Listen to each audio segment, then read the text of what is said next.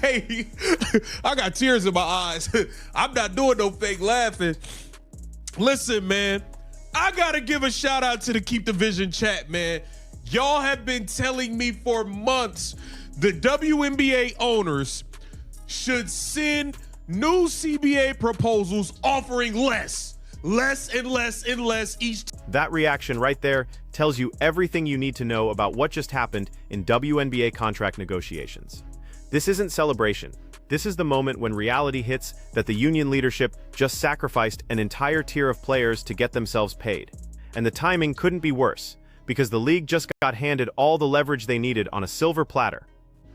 Man, that was funny. Angel Reese unrivaled debut versus the High brought in 130,000 viewers. Now, the real number that you pay attention to is right here. It was 40,000 viewers, okay? In that age group of people you want to attract and people that you keep watching, not people that turn away from it and all that stuff. 40,000 views, not good. So 130,000 viewers. That's what Angel Reese's highly anticipated return to Unrivaled brought in on February 7th. Sounds decent until you look at the demographic that actually matters to advertisers. 18 to 49-year-olds. 40,000 viewers. Paige Buchers, marketed as the next big star, pulled 30,000 in that same demographic. Meanwhile, any game featuring Caitlin Clark during the regular season was averaging over 1 million viewers consistently. The contrast isn't just stark. It's embarrassing for everyone who spent months claiming the WNBA was full of stars carrying the league equally. And nobody watches. It just goes to prove the point that that league, the WNBA, is not as full of stars like y'all think y'all are. It's the Caitlin Clark show in that league. Point blank, period. Point blank, period. Okay? Now, let's get to Annie Scoops, Annie Constable on Front Office Sports. You can go on her Twitter and find this. She got the article posted up and all that, or you can go on Front Office Sports, get that good old subscribe. Here's what makes this significant for contract negotiations. Every time another highly promoted player returns to Unrivaled and the ratings stay flat, the owners get more data proving their point. The WNBA isn't a league of equals. It's a league with one transcendent star and a supporting cast. And when you're sitting across the negotiating table from ownership, weak ratings from your marquee players don't exactly strengthen your bargaining position. The union wanted to prove they had leverage. Instead, they proved the opposite. Of the league. Make no mistake about it. Here it says, when the league does finally get back to basketball, things will look very different. Okay? Here it says, whenever the WNBA and the players union are done at the negotiating table and basketball returns, the league will likely have its first $1 million player. Okay?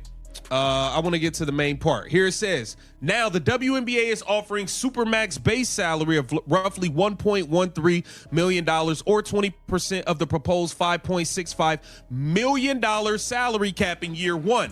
Front Office Sports reporter Annie Costabilla broke down the league's latest contract proposal on February 10th, and the details reveal exactly how ownership is using this leverage. The headline sounds great. First $1 million player in WNBA history, Supermax contract at $1.13 million, representing 20% of a $5.65 million salary cap in year one. Stars like Aja Wilson, Brianna Stewart, Sabrina Ionescu are about to get paid. But here's what the headline doesn't tell you. That money has to come from somewhere. The league's proposal includes 2 tiers of max salaries, similar to the current CBA. According to one source familiar with negotiations, the Supermax would account for 20% of the salary cap. So one player is going to be responsible for 20% of the salary cap. Now imagine if you got 2 of them. That's nearly half the money gone, and you got 10, 11 other people that got to get paid. It ain't that much different. All right. Make sure you follow it. Make sure you follow me on this walk. The Supermax would account for 20% of the salary, and the Standard Max will roughly... The Standard Max comes in at $988,000, taking up 17.5% of the cap. Rookie scale contracts are getting a bigger slice too, jumping to 9.6% compared to the previous CBA. Do the math. If you're paying one player 20% of the cap, another player 17.5%, and rookies are taking nearly 10%, what's left for everyone else? Not much. The average salary for players with less than 3 years' experience sits at just over $200,000. And for the middle-class veterans, the role players who aren't stars but aren't rookies either, they're about to get squeezed hard. Total revenue in the league's proposal, right? Okay. Roster gymnastics, right? Okay. The Supermax accounted for 16.5% for four-time WNBA MVP A'ja Wilson, made even less than that. Let me go. Similar to the success of teams like Phoenix Mercury, Atlanta Dream, the Lynx, Liberty were contingent on the sacrifice of star players. But if 20% of the salary cap is embarked for Supermax players, that sacrifice will be even more drastic. A similar pay cut taken by Wilson under the new system would amount to $226,000 less per year. And with Let's run a real example using the Indiana Fever roster. Say they pay Kelsey Mitchell the $1.13 million Supermax. They're required to spend about $1 million combined on Caitlin Clark and Aaliyah Boston's rookie-scale contracts. That's $2.13 million committed to 3 players. You've got $3.4 million left to fill 9 more roster spots, including newly drafted players. That works out to roughly $382,000 per player, or 6.7% of the cap each. That's almost $100,000 less than the proposed average salary. The math doesn't work unless someone takes a massive pay cut. All right. This equates to 9.6% under the previous CBA. Last season, the minimum for players with less than 3 years of experience was 4.4% of the cap. The veteran minimum was 5.2% of the cap. Under the league's current proposal, that's a lot of, we'll need that. Okay, the proposed new CBA then squeezes it in at least 2 gaps: the league's middle class and GMs trying to build deep teams, right? For example, if the Fever paid Kelsey Mitchell $1.13 million Supermax and spent the combined. The Las Vegas Aces situation is even more brutal. They've got multiple max-level players on their roster. A'ja Wilson alone would command that 20% Supermax. Chelsea Gray, Kelsey Plum, Jackie Young all deserve significant money based on their production. How do you build a championship roster when half your salary cap is gone before you sign your 5th player? You can't.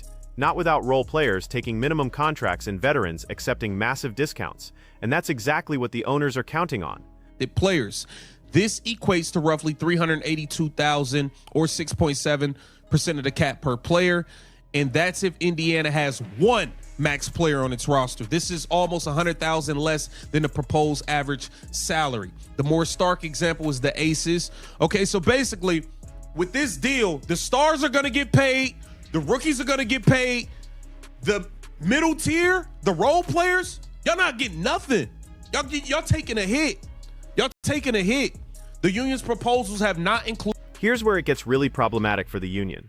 According to Costabilla's reporting, the union leadership actually likes this structure. Multiple sources told Front Office Sports that the Players Association wants to see a similar percentage going to max salaries as what the league proposed. Read that again. The union representing all players is agreeing to a system that deliberately squeezes the middle class. Brianna Stewart, Nneka Ogwumike, Nafisa Collier, the veteran board members negotiating this deal, they're protecting their own interests while throwing role players under the bus. Listen, man, I gotta give a shout out to the Keep the Vision chat, man. Y'all have been telling me for months the WNBA owners should send new CBA proposals offering less and less each time. And it looks like the WNBA owners have taken some of your advice, as it looks like some WNBA players are gonna be getting less. And we got the Angel Reese ratings debacle. Remember back in November when the union was talking tough about not accepting anything less than a $9.5 million salary cap? They wanted 50% revenue sharing. They were ready to hold the line. Then the season ended. The ratings without Caitlin Clark dropped off a cliff.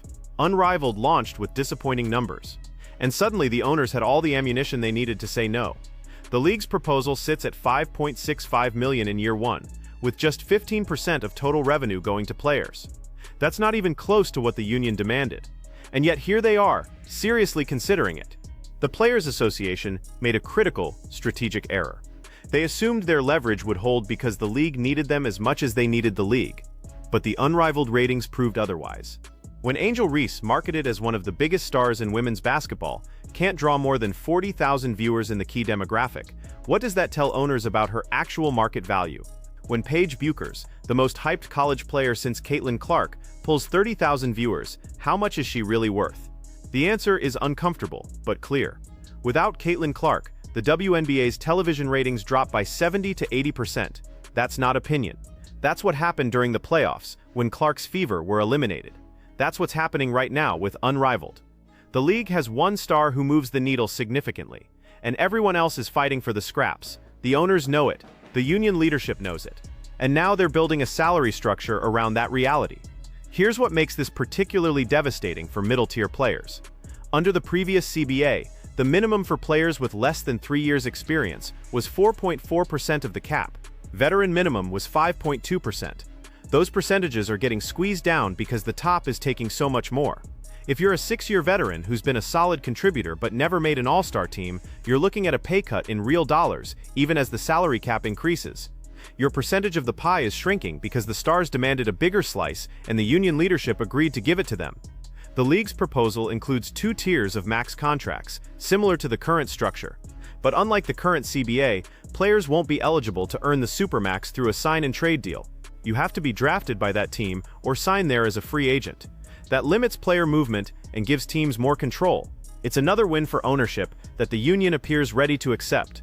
When you're negotiating from weakness, you don't get to dictate terms. Think about what this means for roster construction going forward. Teams will have to choose between paying for depth or paying for stars. You can't have both under this structure. The Phoenix Mercury, Atlanta Dream, New York Liberty have all succeeded in recent years by getting star players to take slight discounts to build deeper rosters. Under the new proposal, according to Costabila's reporting, a similar pay cut to what Aja Wilson took last time would cost her $226,000 per year. That's not a minor sacrifice, that's a second home. So teams will have 2 options: pay the stars what they're worth and fill out the roster with minimum contract players, or convince stars to take massive discounts and hope team loyalty outweighs individual earnings. Neither option is particularly appealing if you're trying to build a championship contender. And if you're a middle-class player, neither option includes you making good money. The union leadership failed to read the room. They thought the Caitlin Clark effect would translate into leverage for all players. Instead, it exposed how dependent the league is on one person. They thought Unrivaled would prove the depth of star power in women's basketball. Instead, it proved the opposite. 40,000 viewers for Angel Reese, 30,000 for Paige Bueckers. These aren't numbers that scare ownership into opening their wallets. And now the middle class pays the price. The players who can't afford a lockout. The players who don't have overseas options paying 6 figures. The players who need their WNBA salary to be their primary income.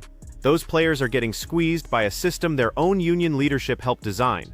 The stars will be fine. Aja Wilson will get her $1 million+. Breanna Stewart will get paid. But the role player making $382,000 in a league that's supposedly growing? She just got sold out. The owners played this perfectly. They waited for the ratings data to come in. They let Unrivaled expose the star power myth. They watched the union's leverage evaporate in real time. Then they came to the table with a proposal that looks generous on the surface. First $1 million player. Salary cap increasing with revenue. Sounds great in a press release. But the details reveal a system designed to concentrate wealth at the top while squeezing everyone else. So here's the question nobody in the union leadership wants to answer. If you're a 7th woman on the roster making minimum money, why would you vote yes on this deal? What's in it for you? The promise that maybe someday if you become a star you'll get paid? That's not a negotiating strategy. That's hoping for a lottery ticket. And the sad reality is, most players will never become stars. They'll spend their entire careers as role players. And this CBA just made their financial futures significantly worse. The Vision Gang in the comments called this months ago. They said the owners would keep offering less and less until the union broke. They said the weak ratings without Caitlin Clark would destroy the players' leverage. They said the veteran stars would protect themselves at the expense of everyone else. And they were right about all of it. Sometimes the cynical take is the accurate take. This isn't about growing the game or lifting all players. This is about stars getting paid and everyone else fighting for scraps. That's the WNBA's new economic reality, and the union just agreed to it.